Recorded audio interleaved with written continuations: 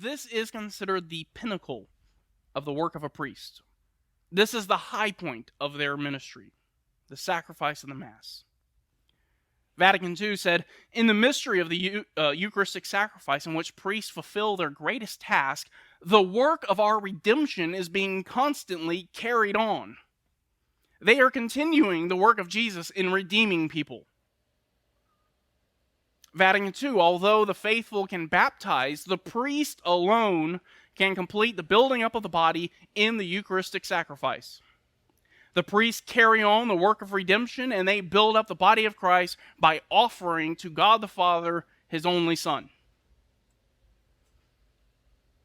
Vatican II again, the ministerial priest, by the sacred power he enjoys, teaches and rules the priestly people, acting in the person of Christ. He makes present the Eucharistic sacrifice and offers it to God in the name of all the people. He acts in the person of Christ. Christ is supposed to offer himself. It is the priest who offers Christ. And so in that way, this is actually what the next writer said, the priest is, this is a quote, is and should be another Christ. They call Pope the vicar of Christ, am I correct? Which is basically he's Christ. Christ represented on earth. Now, aren't they saying the same thing about the priest? In a way. To a different extent, yeah. Yes, sir. So, they believe that the priest is a man, correct? Yes. Yes. Is a priest, like you showed in the Bible, does a priest partake in the sacrifice, the Mass itself, to cleanse himself? Not before he does the sacrifice. He partakes in it just like everybody else partakes in it.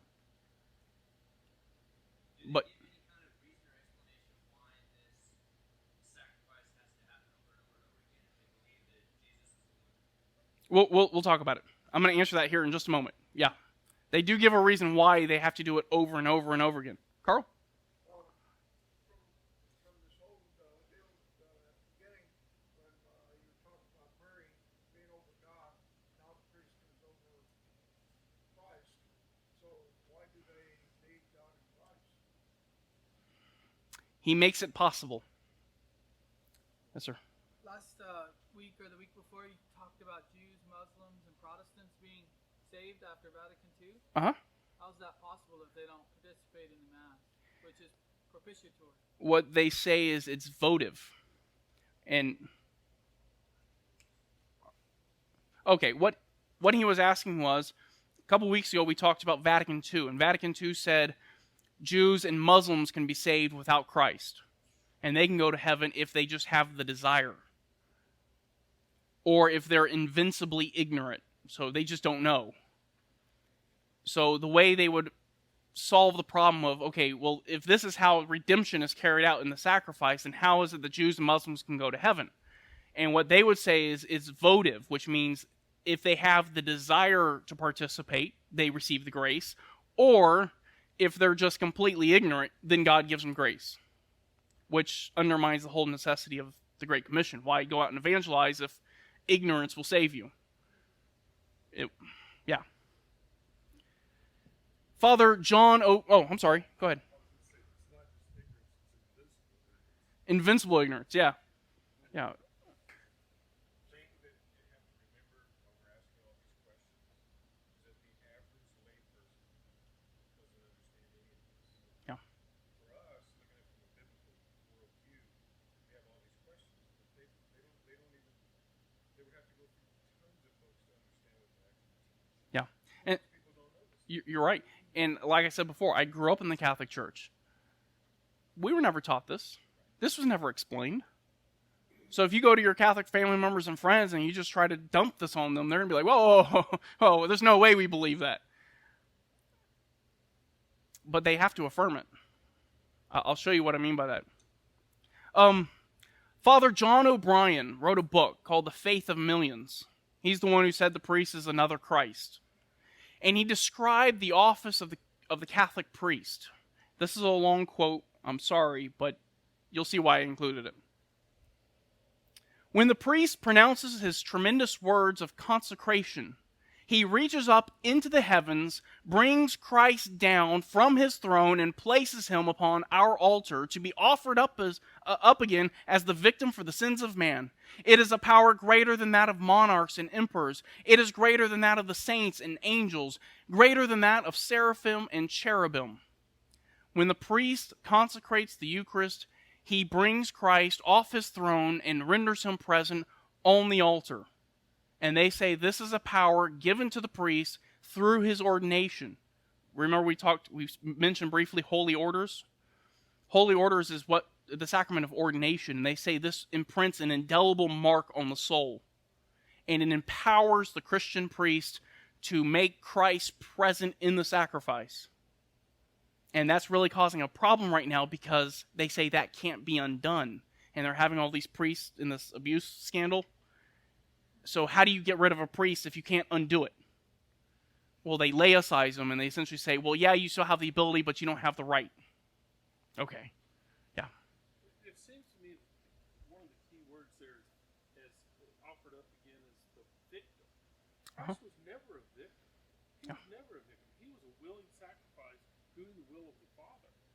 Yeah. I mean, do they understand that? The hierarchy of the church? Any of them. That he was a willing sacrifice doing the will of the Father, and he's not a victim. It's hard to say how much individual Catholics know. I have to believe that the hierarchy knows what they're doing. That this is not accidental. They are. They're deceiving a lot of people. I've seen Catholics, I've given this quote to Catholics, and most of them reject this. And they'll say, whoa, that's not what we believe. The reason it's in the presentation, though, is this has received the imprimatur of the Catholic Church, which means a bishop went through and read this book with his teaching authority and stamped it and said, this is doctrinally accurate. If that wasn't in there, I wouldn't have it in the presentation. Father O'Brien continues, indeed, it is greater, speaking of his authority, even than that of the Virgin Mary. While the Blessed Virgin was a human agency by which Christ became incarnate a single time, the priest brings Christ down from heaven and renders him present on our altar as the eternal victim for the sins of man. Not once, but 1,000 times. The priest speaks, and lo, Christ, the eternal and omnipotent God, bows his head in humble obedience to the priest's command.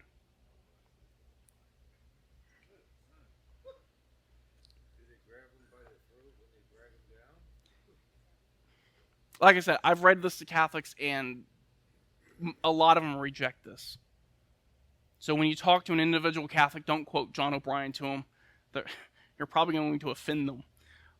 A lot of them reject this, but it's concerning to me that a bishop would sign off on that and say, yeah, that's what we believe. And remember, the bishops have the teaching authority. They and they alone have the right to discern divine revelation. And so if a bishop signs off on this and says, this is good, if I take them at their theology, I have to believe what this says is true.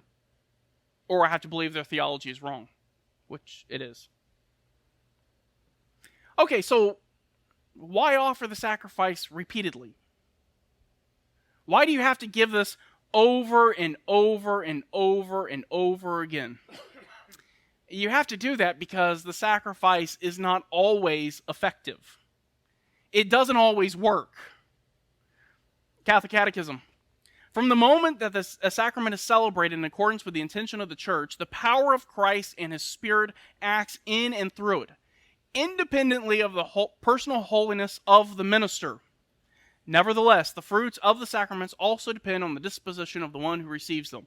Notice, the sacrament is effective independent of the holiness of the minister. You can have a Catholic priest who's doing horrible abuse to children, and he can still offer to God the Father Jesus. He can still pull Christ off his throne, render him present, immolate him, and offer him as a sacrifice, while he himself is living in mortal sin. I don't accept that distinction on mortal sin, though. But then notice, the fruits of the sacraments also depend on the disposition of the one who receives them. If the priest does not do what the church intends, if the priest does not have the same intention as the church, the sacrament is nullified. If your intention is not consistent with what the church says, the sacrament is nullified. Dr. Ludwig Ott, this is kind of thick. The sacrifice of the Mass affects the remission of temporal punishments for sin, which still remain after the forgiveness of the guilt of sins and the eternal punishment, not merely mediated by the conferring of the grace of penance, but also immediately because the atonement of Jesus Christ is offered as a substitute for our works of atonement and for the sufferings of the poor souls. Okay, let me break that down. The sacrifice of the Mass affects the remission of temporal punishments. Remember last week we talked about temporal versus eternal punishment. Eternal punishments are those punishments that can be forgiven through confession to a priest. God will forgive those. But temporal punishments, God doesn't forgive. And you have to go through penance to expiate those and to remove those. And what he's saying here is that the Mass, this sacrifice, removes temporal punishments. So if you go to penance and you get your acts of penance and you perform those, there might still be some punishments left over that you haven't fully expiated yet. And so you go to the Mass and you have this Mass done so you can remove more of your punishments. And you do this because the atonement of Jesus is offered as a substitute for our works of redemption. So what Jesus can't, what you can't do, Jesus will take care of for you. How effective is it? This is thick and I'll explain it, but the measurement of the punishments of sins remitted is proportional to the degree of perfection of their disposition. In the case of the suffering souls, the satisfactory operation of the sacrifice of the Mass is applied by way of intercession. As they are in a state of grace and thus oppose no obstacle, theologians generally teach that at least a part of their punishments for sin is infallibly remitted.